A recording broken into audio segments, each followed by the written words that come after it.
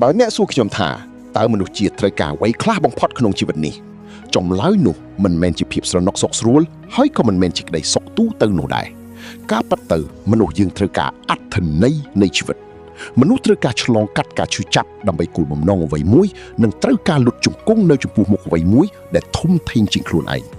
ចូលក្រឡេកមើលពិភពលោកសពថ្ងៃនេះចុះគេហុចឲ្យយើងនៅភាពសប្បាយរីករាយការកម្សាន្តនិងភាពស៊ីវិល័យរាប់មិនអស់ប៉ុន្តែចិត្តខាងក្នុងរបស់យើងបែរជាស្រែកយំទាមទារខ្លាំងជាងពេលណាទាំងអស់ពីព្រោះថាពួកយើងមិនមែនកើតមកសម្រាប់តែរស់នៅក្នុងភាពស្រណុកសុខស្រួលនោះទេ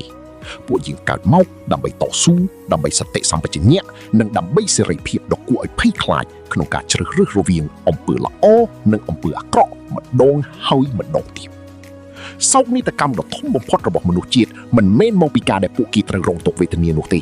ប៉ុន្តែវាគឺមកពីពួកគេរងទុក្ខដោយមិនដឹងថាខ្លួនឯងរងទុក្ខដើម្បីអ្វីពិតប្រាកដហើយកិត្តិយសដ៏ឧត្តមបំផុតក៏មិនមែនស្ថិតនៅលើការរត់គេចពីការឈឺចាប់នោះដែរ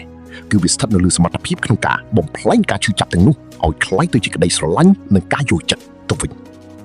ខ្ញុំប្រាប់អ្នកចុះវាមិនដែលសម្បូរទៅដោយវីរៈបុរសនៅក្នុងផ្លូវដើរដែលស្រណុកសុខស្រួលនោះឡើយកម្លាំងពិតប្រាកដវាស្តែងចេញតាមរយៈការអត់ឱននិងការអភ័យទោសគឺការឈូសនៅមាត់ជ្រុះនៃភាពអស់សង្ឃឹមរួចខ្សឹបប្រាប់ខ្លួនឯងថាខ្ញុំនៅតែមានជំនឿខ្ញុំបានធ្លាប់មើលឃើញជំរឿនដ៏ងឹតបំផុតនៃបេះដូងនៃមនុស្ស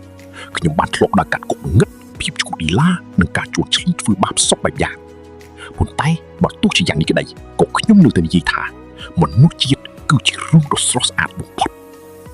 ពីព្រោះថានៅក្នុងគណៈពេលដែលដួលដល់ចំណុចទីបំផុតនៃជីវិតមនុស្សនៅតែមានសមត្ថភាពជ្រើសរើសដើរឆ្ពោះទៅរកពន្លឺបានជានិច្ចនេះហើយជាអំពីទុកពិតប្រាកដ